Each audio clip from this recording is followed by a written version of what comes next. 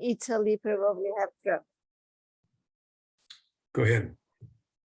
Well, hello everyone, and thank you for joining us on August 28th, Global Technopolitics Forums, weekly, which lately has been monthly meeting. So I think you all have seen Paul's paper. He wrote something quite interesting. And Paul, maybe you want to say a few words about it? We start with your paper. Yeah, thanks, Paddy, and thanks for your support. By the way, I appreciate it. So the paper nominally is about the influence of Internet of Things on the biotech sector.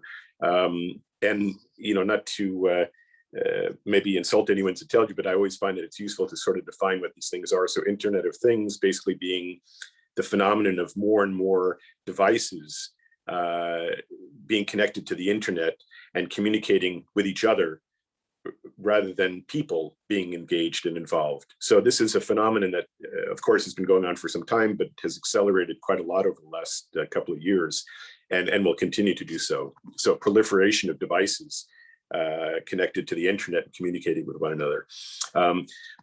What the story really is about, so this is about nominally about, as I say, the influence and impact of Internet of Things on biotech, but it's really about the fusion and convergence of disciplines and sectors that previously were considered quite different from one another. And this is just one example, of course, of many, but what that's leading to is some new thoughts, some new ideas naturally, but also some dislocation. So we have the challenge in this area, at least, of actually finding people who understand, on the one hand, the biology side and the biological principles that are applied in research, for example, and coming up with new conclusions and results. And on the other hand, you know, people who understand the engineering part, the communications part, the IoT part, but finding people who've got those two competences and to straddle the line between the two, that's sort of the sweet spot, and very difficult. It's just sort of now starting to emerge or develop, you know, people with those competences are just now starting to come to the fore, but certainly a long way to go. So as I said, this is just one piece of a much larger picture and story that I see emerging, or has been emerging over the last few years. So the paper, in essence, has three parts to it. So one is an increase in capabilities and things that can be done. Number two is a story of automation, and the third is it's more a future-looking view. So I'm just going to quickly, just a couple of bullet points in each one of those. The fact is that with sensors being as ubiquitous as they are, and coming in so many different flavors, you can do a lot more things with them and get a lot more specific types of information and data using them. And so that has been a boom for the biotech sector, in that now you have purpose-built sensors that can give you very precise information about specific processes, about specific biotech aspects of biotech. At the same time, you can get much more data in much larger quantities, so that facilitates better analysis. The most important thing is that these things are cheap to make and produce. A lot of the technology behind is open source, so that's a huge benefit from a business standpoint. And then finally, a lot of capability of remote access. And that sort of fits into the second point, which is about automation. Biotech and biology research by nature has historically been very onerous. So a lot of the things that people have to do to succeed and pull off successful experiments in a biolab are really time consuming. You know, you get stories of people spending up all night just waiting for something to finish. You know, they're not doing anything particular. They can read War and Peace during that time, but they've got to wait until these lengthy processes complete. So anything that can help to reduce that time and get the people part out of it is great. And so that's what's been going on with the application of IoT. And specifically, what's happened is that the people in bio have sort of looked to other places where IoT has been used and proliferated and used to advantage. So the manufacturing sector automobiles, manufacture of automobiles, for example, other heavy industrial equipment. Those areas have been very aggressive about applying IoT in their manufacturing processes, and the biotech people have adopted that and learned from that, and they're now applying it to biotech with similar gains and efficiencies, very much a reduction in time for a lot of these onerous and time-intensive processes, but also when married with machine learning and various flavors of artificial intelligence, an ability to be able to get further efficiencies and get some sort of predictive capability that allows you to save time on the back end of some of these bio research processes. And that then leads into the next part, the last part, which is this future looking view, which is the story of the intelligent lab. So how to take these technologies and make the lab more intelligent. So not just making it more efficient, but making it more intelligent. So we have cases where people are talking about in near term pipettes, for example, that can keep track of the elements and liquids and gels that are ingested into them. There's a case of a company called Ginkgo Bioworks, which is a startup, not such a startup, but in Boston, that's marrying barcodes, sensors, all of these things being brought together, the IoT part to make robots, enable robots that are catalysts now for new bio research processes and capabilities that once again makes people that much more productive and increases the value of the results. Now, in the longer term, and this is where I'll close, is that we've been talking about IoT as applied to biology, IoT is applied to biotech in that direction. So IoT on biotech, but there is some case being made with new research that's being done for looking at that from the other end. So how can biology be applied to IoT? So you say, okay, well, what does that actually mean? Well, inherently, there's been plenty of research done on this and a lot of papers written on cells' ability to communicate with one another and in larger systems to facilitate some of the basic things that cells do. So they've, over millions of years, developed these capabilities that are, in essence, communication capabilities. So now the question is, okay, can we harness that? Can we take advantage of that to improve what we're able to do today with IoT in electronic form? And so this now gets us into the realm of synthetic biology, which is something that I've been delving into and been quite interested in over the last while. And that is, how can you reprogram in some way? How can you take advantage of these processes that occur in nature and harness them to your own ends? So that, I believe, is the next wave, or sort of a future, a much more distant view, perhaps, of this interaction between IoT and biotech, but where the biology part becomes the dominant part and actually creates new IoT capabilities. And this will, of course, have environmental benefits, generate new capabilities, and ultimately, ultimately reduce cost. So just to close, basically, once again, IoT impact on biotech, how this is endemic or a representation of changing relationships between disciplines that were ultimately or previously separate, now are converging and fusing. Number two, automation. Number three, a future view of more intelligent devices, labs, and capabilities. Fascinating, very, very interesting. Yes. So one question I have, Paul, my understanding is US is slightly ahead of China on this one. Who is leading, and what is the state of research in China and in here? Yeah, it's a good question, Patty. And I think, of course, in answering that, I'm a little bit guarded because, these questions of who's ahead, ahead in what sense, right? That's a very, a can of worms, I would say, that I hesitate to delve into. Just like in any other area, if we talk about US-China relations in any aspect, I'm sure, Greg, if we look at military, who's ahead? Well, are we talking about aircraft carriers? Are we talking about, long-range missiles? What area are we actually talking about? But that being said, I would say that on the bio side, that the US still has, I believe, an innovative edge, and that you've got places in Boston, for example, in California, in Los Angeles, San Francisco, the usual suspects that have perfected techniques and come up with results that are things that China to date hasn't been able to do.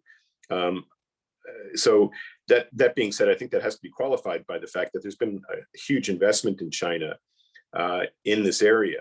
And that's not going to end anytime soon because the government has made it a priority. And frankly, a lot of the investment is coming from either Chinese investors who spent time in California, in Boston, wherever these centers of bioresearch are, and brought a lot of that knowledge back to China, hopefully legally. But I mean, so there's been a lot of transplanting going on of ideas and new thoughts. On the other side, if you look at the IoT side, China has really made huge strides, over the last decade, and they have got, as everyone on the call I'm sure knows, but this sort of nexus of producers of equipment, people are coming up with software, machine learning, artificial intelligence, and frankly, people with the right competence who can bring all these things together. And it's a very tightly networked and tightly woven ecosystem. A lot of it, sort of oriented around Shenzhen in the southern part of China. So I would say on that part, China is at a par with, in my perspective, or maybe in some areas, if we can call it that, even ahead of the US when it comes to actually, if not the basic IoT technology, at least bringing these different components together in an efficient way that has great impact. So that's sort of how I see it, if I look at both those sides. But bringing both those things together, the bio and the IoT, I think that's still open territory, and that whether it's China or the US, there's, I would say it's not clear, who might be quote unquote ahead. And I should say, oh, I'm sorry, just to round things out, we focus on US and maybe China, but frankly, in the UK, a lot of great work being done in this area around university centers like Oxford, Cambridge, Imperial College, those three specifically. A bit less so on the continent, but the Netherlands, certainly they've got some good competence in these areas. France, I would say more on sort of the theoretical and basic biology part, but less on the IoT part, and more difficulty bringing those together in as dynamic a way as China and the US have been able to do. And then in Germany, a number of institutes there that have come on quite strong. But I would, say that the leading areas where this is happening, it would be China, as you say, Patti, but in the US, of course. But then the UK, I would say, is the third location to consider. On that futuristic aspect of it, when they're learning from cells, where is the center? Who is ahead? Who's leading that study? In this issue of synthetic biology, or? Yes, but where they're looking at cells and learning communication from the actual organic cells. Yeah, so that actually is something that's been going on for quite a while. And as I say, I think there are a number of, if we think about where that competence is located, it's a greater number of places, because this isn't like new, information. It's not news that cells, have this capability to communicate in the way that they do. I think, Rand was actually at forefront of it in one stage. I remember, like maybe 20 years ago, 15 years ago, but who is now leading that? Well, as I say, my view on all this, or the aspect that I was looking at, was how do we now harness this? How do we take advantage of those capabilities that cells inherently have, and reorient them to our own purposes, right? And as I said, this gets then into the realm of synthetic biology. And I think that there, as much as it's still a nascent field, it's still an emerging field. There, I would say that the US really has the greatest competence. And once again, I would say even more than China, that the UK also is quite strong in that area. So if I were looking at just, this next development of how do we take advantage of those communications capabilities that cells have and scale them, use them for new applications and purposes, then I would say that the US is really ahead there, and that the UK is, close behind, I would say.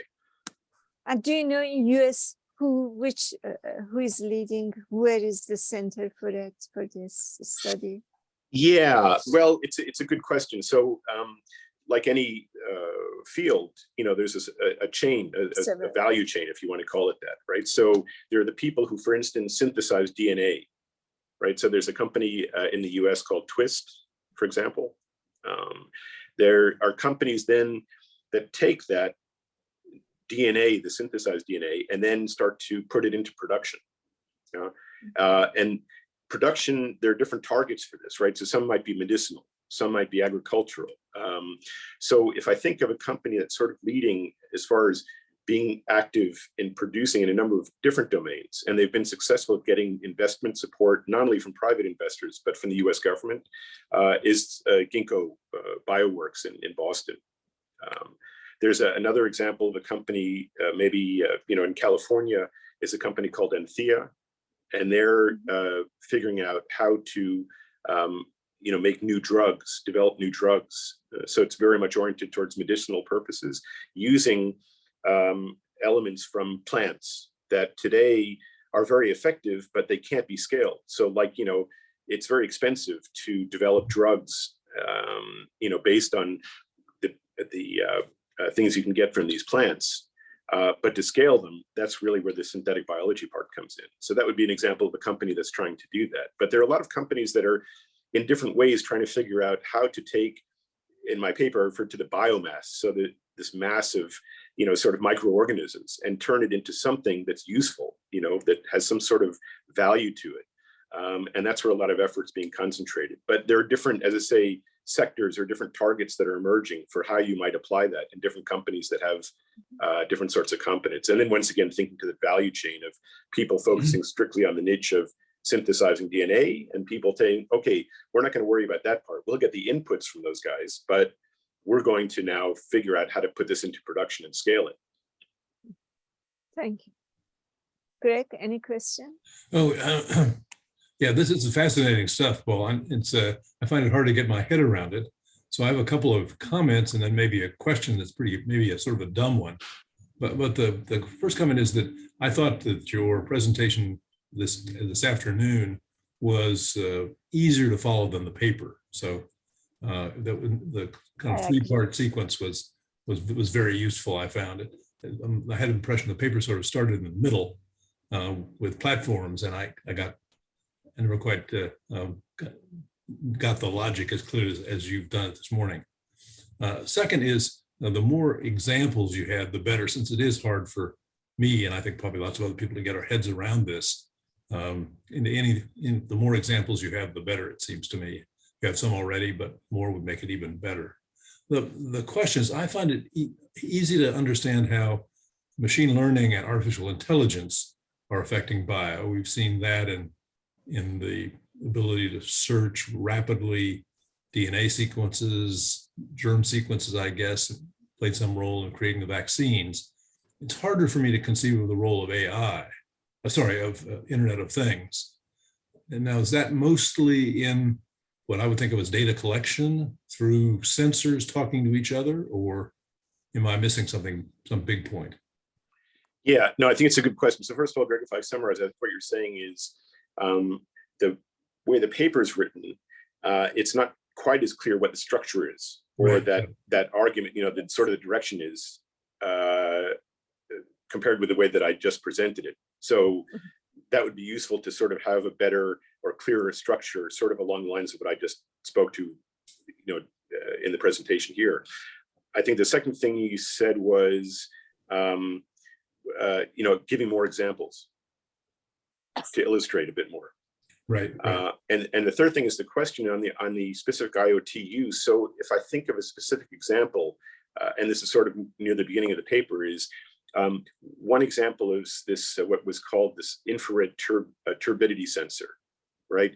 So this thing is used to measure the density of this biomass, which is critical for scientists to know so that they can, do the appropriate interventions and experiments, knowing how thick this stuff is, and how much of different sorts of substances they're going to need to get something valuable out of it.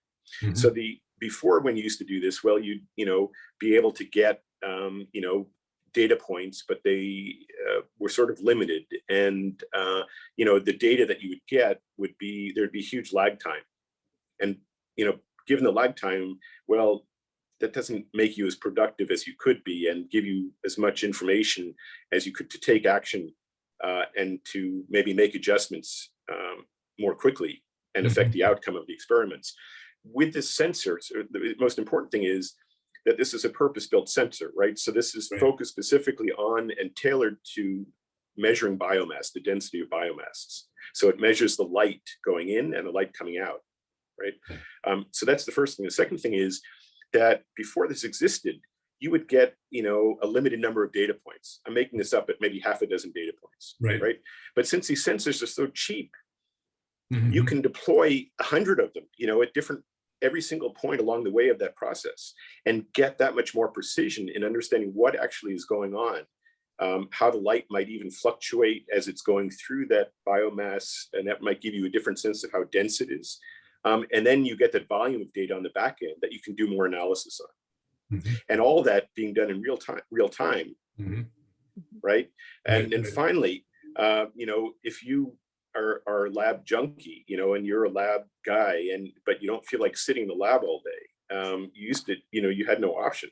Now you can get all this stuff on your cell phone or your iPad or whatever it is, and you can be sitting at home watching the Raiders game, while you're waiting for the results to come in from the experiment. So those are the but underlying all this is cost, right? So these sensors are cheap. I mean, the way that they're made is really cheap. So you can actually deploy 100 of these things, and it's not going to blow your budget, as previously might have been the case in a biology lab.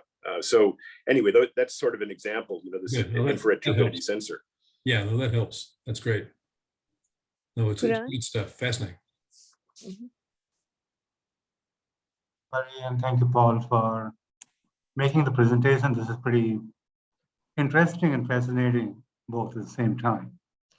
You rightly said, disciplines emerging, and they're intersecting so invisibly with each other. It's becoming pretty difficult for naked eyes to be able to fathom the impact and scale of it. Now, while IoT is there, we have several other things which are crisscrossing. You have machine learning, you have artificial intelligence, you have, Industrial Revolution 4, and then bioinformatics. Bioinformatics was trying to sort of capture the scale and depth of what IoT, when mingled with biology, was doing. But even bioinformatics is failing to sort of capture the depth and scale. And now around the world, especially in UK, you rightly said, completely agree. US, China, let's not forget, you did say about France being theoretically superior than what it is doing in the practical sense. Let's not also forget some of the Canadian universities doing pretty well.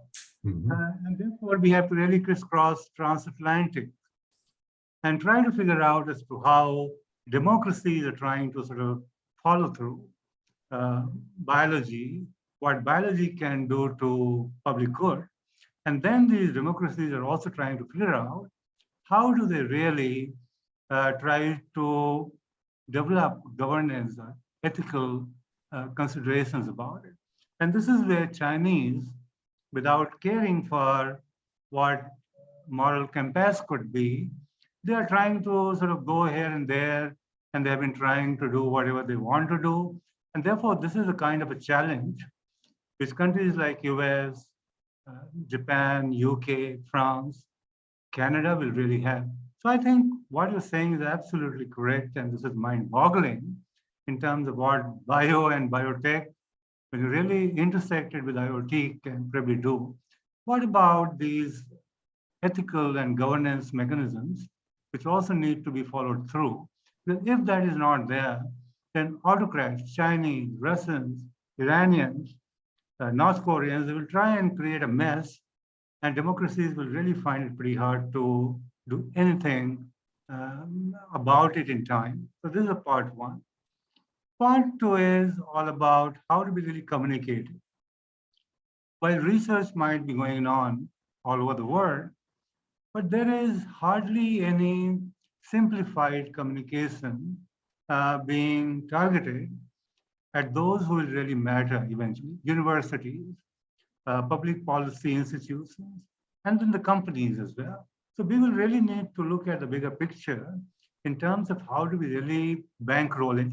It is not only rolling out, you work in a lab, you have intelligent lab, which is all fine, but how do you really bankroll such future-looking, prospects of biotech intermingled with IoT? So my concern is on twofold. One, how do we really bankroll it? You will need a lot of money, you will need a lot of talent, you will need a lot of governance mechanisms around it, which cannot be regional or local. Otherwise, you will not really be able to capture what Chinese are doing, and then they will end up doing something which you and I will find it pretty hard to find any counter to. So those are the two things which I would really like to put forth, but I benefited immensely, both from the paper, Paul, that you sort of circulated, and also from the presentation which you made today. So thank you very much. Yeah, if I could maybe respond, Saudi, if that's okay. Well, first of all, Puran, thanks very much for the comments, much appreciated. And I think you hit the nail on the head. So I focused specifically on the technology aspect here, right? Which I think is useful as just as a focus for this paper, but clearly there's a lot of other aspects to this. And frankly, I was going to maybe ask the question to everyone on the call, as a follow-on to this paper, if we think about the mission of this group, which is what are certainly ethics plays into this, Puran, but there's also a geopolitical aspect, I believe, and how to maybe think about that as a next step for just talking about some of the topics and areas of focus that are core to the forum. The second thing is on the issue of some of the things that you were talking about, Puran. It's very clear that there's a very different view of these issues, not only between the US and China, but also in Europe, right? Or frankly, in everywhere in the world. There are a lot of different sorts of, for historical, cultural, social reasons, views about what's considered ethical and what isn't, and what role does technology play, and what roles does biology play. So if I think about China, of course, there have been a couple of high-profile incidents. The most probably familiar is the case of the scientist a few years ago who, engineered a human embryo, right? So he used this CRISPR technique, which has come to the fore of the last few years, and used it on a human embryo, which everyone around the world had already decided that was a no-no, and that was not anything that anyone should even be considering, let alone moving forward with doing anything like that. And the Chinese, frankly, eventually put him in jail. But I'm not so sure that what the Chinese consider appropriate or not appropriate would be the same, and that the lines are drawn in the same way as they would be in the US. And at this point, relatively little regulation around this. I think a lot of reason is because it's still sort of, an emerging area that hasn't had such a huge impact. But frankly, there, I think, going to be more cases like that, especially where some of these things that people can get access to are, as I say, open source. You get people in biomaker groups, that aren't part of established labs, people who are sort of like what I would call biohackers in some way, who can do, could conceivably do a lot of damage with access to some of these tools, which are, the cost is coming down, right? So if there isn't regulatory oversight, we could indeed see some really unfortunate consequences from that. I think the other thing is that if we think about how China and US do things, so there's been a lot of talk recently about in this area of bioresearch about use of animals, right, in labs. So in the US, in Europe, there's been a a backlash against it, saying, well, you know, traditionally labs use all sorts of animals to do experiments, and this isn't right because there's a growing sense that animals have consciousness and that animals are more like people than we believed in the past, and so that we have to be very careful about using animals for experimentation and should have more strict rules about this. Now in China, that's less the case. The Chinese have a very different idea about animals and how what they do, what they are, how they could be used. And so, you know, there are definitely scientists in the US who are saying, wait a minute, if we restrict the use of animals in testing, that's going to really set us back. I mean, if we think about, to part of your question about US versus China, well, China's going to be able to do a lot more, you know, based on the ability to maintain this kind of testing at scale. The final point I make is that, as I say, in this issue of different countries having different views of the ethical part of this, is that at the other end of the spectrum are the Germans, who have said that for any research that's undertaken, a team of researchers obviously would include people who are bioscientists, people who are communications or engineering experts, but they've mandated that there has to be someone representing the ethical part. So there has to be a professor of philosophy, of ethics, you know, someone who's got some expertise and background and base in ethics. And so the composition of any team that's working on this kind of research and trying to take it to the next step has to include someone who's got the ethics perspective. So that's sort of an interesting, you know, other end of the spectrum. But, you know, I think other countries sort of fall in the middle. But I think, Puran, you sort of hit the nail on the head. That's absolutely a critical part of this. And that will determine how quickly or not the technology advances to the types of things that I was outlining or highlighting at the end of the paper about the use of biology to do this kind of communications. Ethics definitely plays a significant role. This is pretty fascinating, Paul.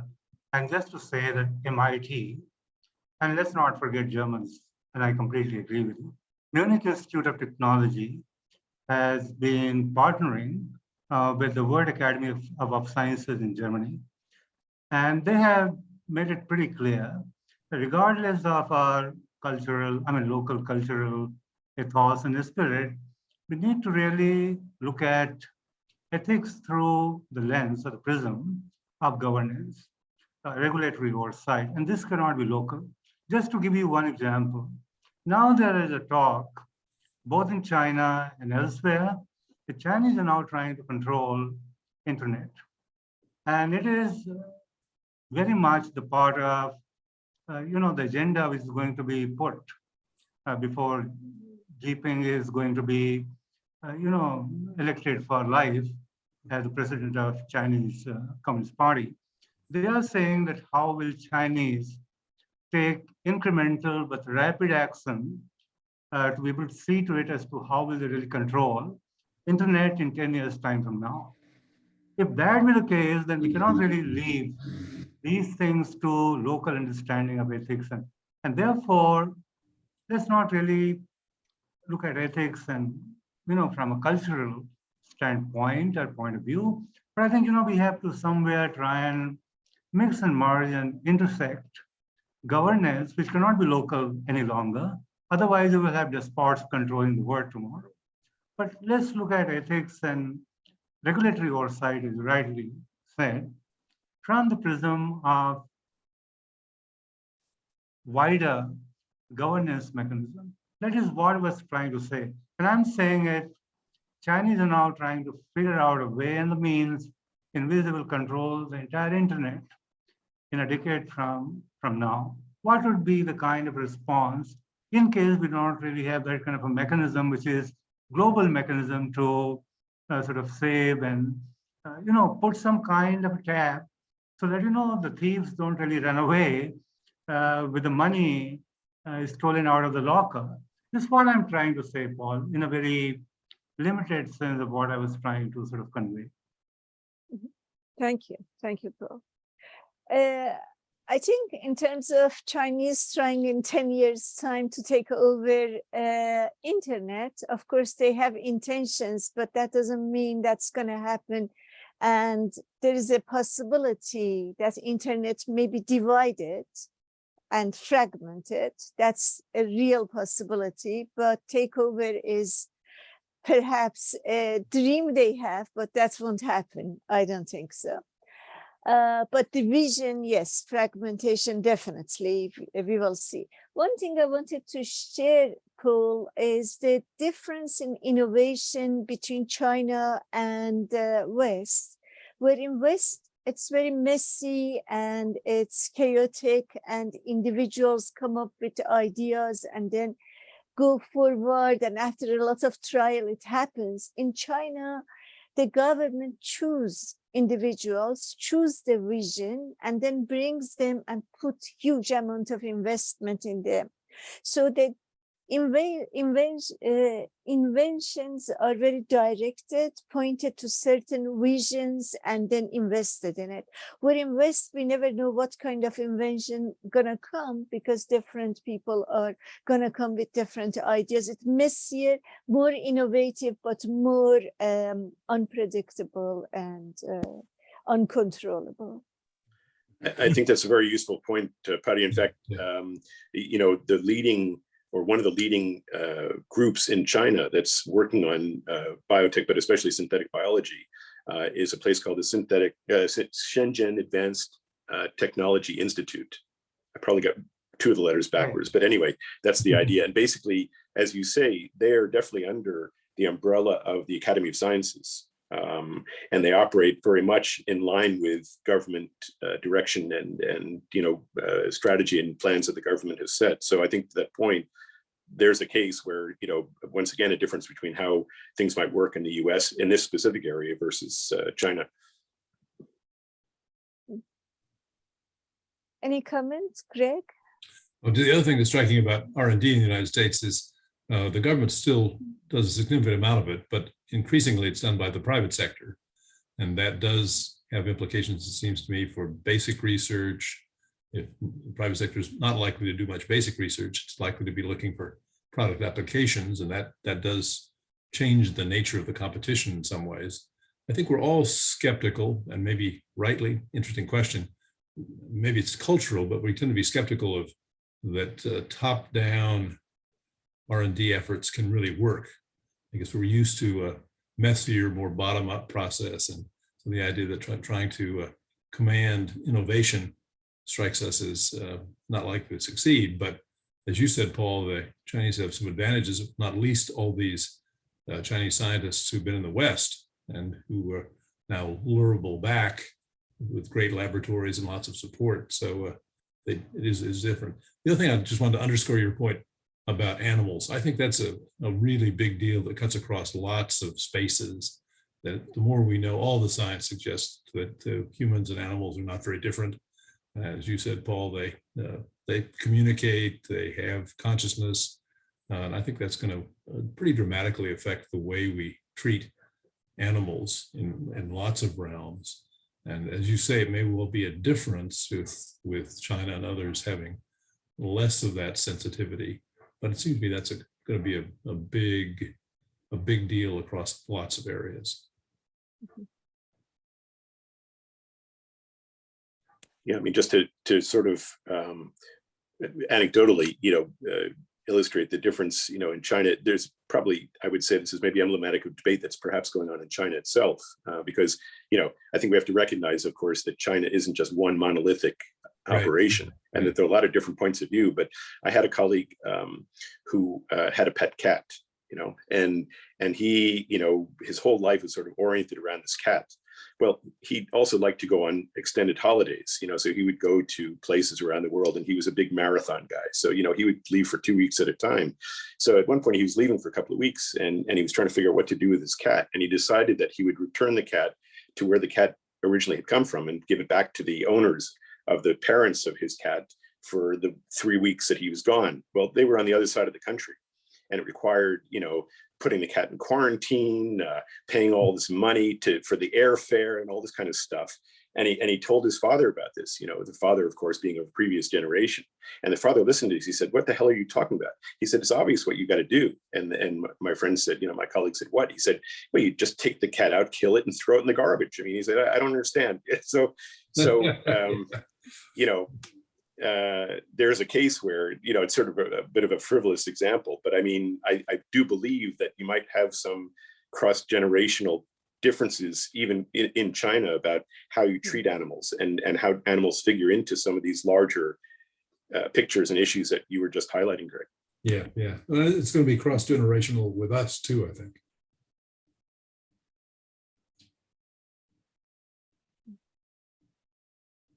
Well, really, thanks, Paul, for what a great paper and a terrific conversation. Yes. I look forward to the next iteration. Yeah, thanks for the support and the comments and the input. Very helpful. I appreciate it. And Paul, if you want to publish it, I don't know if you want to change a bit, add some things to it and publish it. Maybe some of the conversation we had would be interesting to add, even as posing questions at the end that, you know, it raises ethical questions, it raises governance issues, etc., etc., if you would like. So whatever you like, just let me know. And yeah, I think it's very interesting paper. We will be very happy to publish it. Right, Greg? Thank you. Yes, absolutely. Absolutely. Yeah, thank you. Thank you, Padia. I think your suggestion that the last one is a good one, which is maybe at the end of it saying here are future directions, you know, Yeah. things to consider that could be an add-on or complement to this first step. So, and once again, I would welcome any comments from anyone here as, you know, as time goes on and you give it some more thought about, you know, how this could be, in fact, you know, the next area of focus could be more on some of these bigger picture issues that we were just talking about, especially I'm even thinking about this, you know, more the geopolitical consequences outside of just the ethical, but geopolitical, and these larger issues that face, you know, countries and companies in China, in the US, in Europe. I think there's a lot of to be done there, and that's perhaps closely aligned with what the forum stands for. Actually, I wrote a paper that soon I will share with everybody. It's about Ukraine, but it looks at the digital deciders and alliances, geopolitical alliances, which is happening around technology and the governance of technology, how it's playing in various organizations from ITU in UN to ICANN and, you know, other organizations that are setting up standards and norms.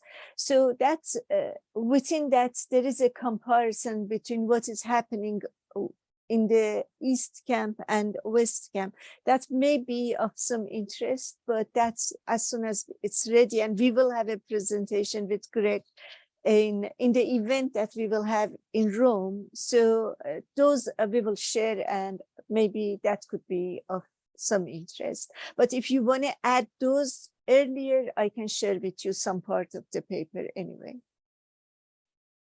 Yeah, thank you, Patty. You're welcome. You're welcome. So is there anything else we want to discuss? I have two, three quick things, Pari. Sure. The one is that a while back, I sent you a longer, you know, paper on development cooperation in private sector. Maybe it sort of went here and there, but I'll be very happy to sort of share it with you again. And so there's a lot of reference to global South, for the lack of any better word. So how does development cooperation connects with private sector, and how do the two walk hand in hand beyond a point?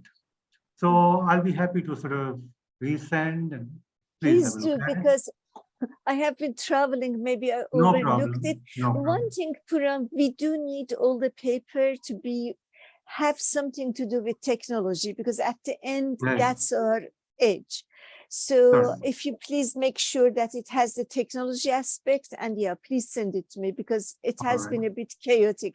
As you noticed that we haven't had our regular meetings purely because we both are traveling. It has been a bit chaotic, and my apology for having it a bit messy and not clear when we are having our meeting or not. Another paper which I'll sort of follow through with is on India's Look East policy, which is, you know, again, looking at Myanmar, looking at Southeast Asia in particular, which sort of intersects at trade and commerce, technology, I think development we cooperation. published that. Didn't we publish that? No, you know, that was a No. different, that was Okay. a different. So have a look at it, and I'll be very happy Sure, to please do. course correct and follow it through.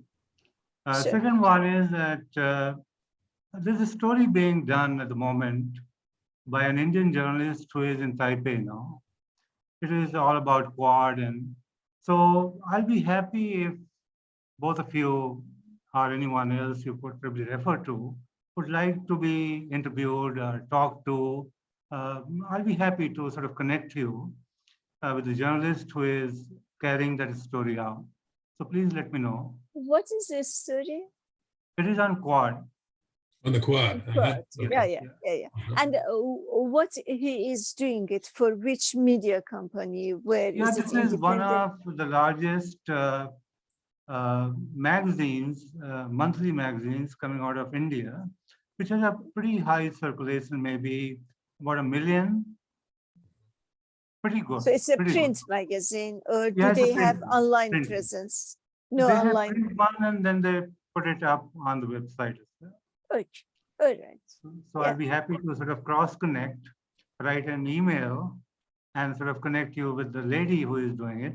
She's already in Taipei, she'll be back to Delhi soon.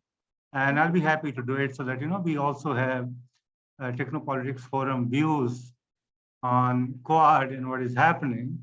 And that'll be a good point to sort of get out and get going in this part of the world as well. So that's the second one. Thank Third you one very is much. thank you, Pari. Yeah. The third one is that I'll be moving to Taipei in the beginning of October for 3 months. So October, November, and December. So I'll be working there very closely with the Minister of Foreign Affairs, Joseph Wu.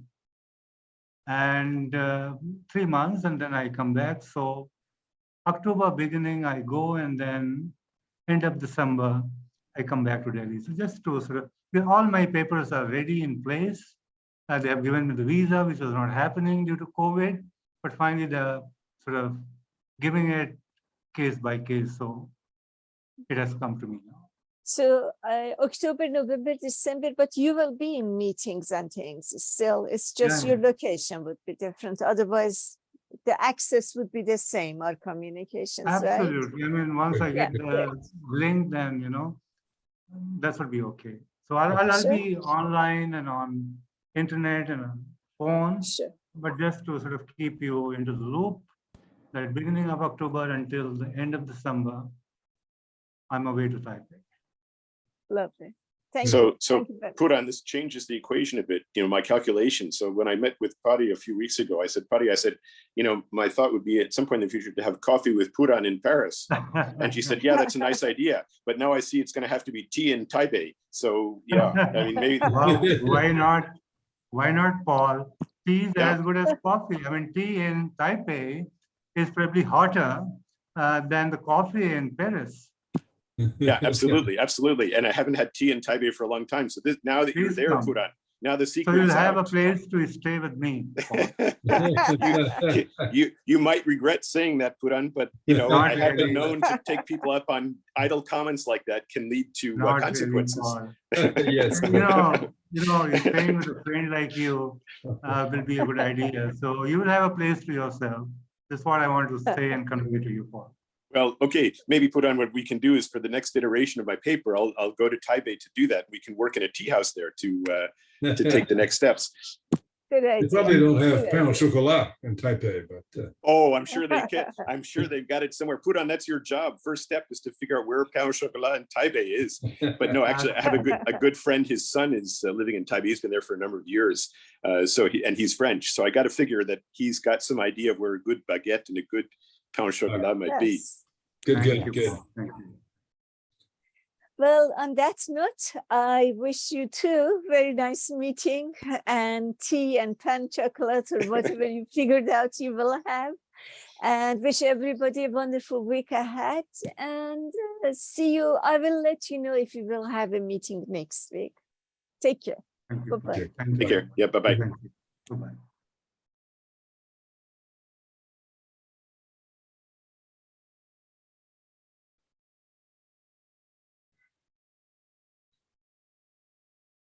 Let me turn off Hello? the recording.